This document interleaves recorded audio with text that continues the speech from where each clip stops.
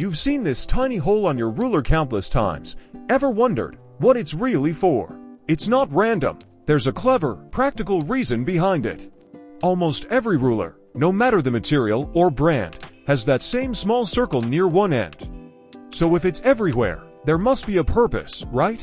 We've all used rulers since childhood, in school, art class, or at the office, but that little hole often goes unnoticed. Some people think it's just a design mark, or maybe something from the manufacturing mold. But the truth is way more functional than that. That hole is there for a very practical reason, and once you know it, you'll never unsee it again.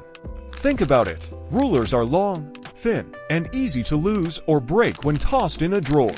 That's why designers added the hole, so you can hang it neatly on a hook or nail, keeping it within easy reach and safe from bending. It's a simple idea. Slide the ruler onto a hook, and it's always there when you need it. Smart, right? The hole also helps organize your workspace. Everything has a spot, and your ruler stays straight, visible, and ready to use. But here's something most people don't realize. That hole isn't drilled later.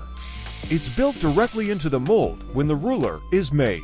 This makes production faster and cheaper, and ensures every ruler has a perfectly aligned hole in the exact same spot. Even the placement is carefully calculated, not too close to the edge, not too centered to balance the ruler when hanging. And now you know the secret behind that small hole in your ruler. Simple, smart, and brilliantly designed.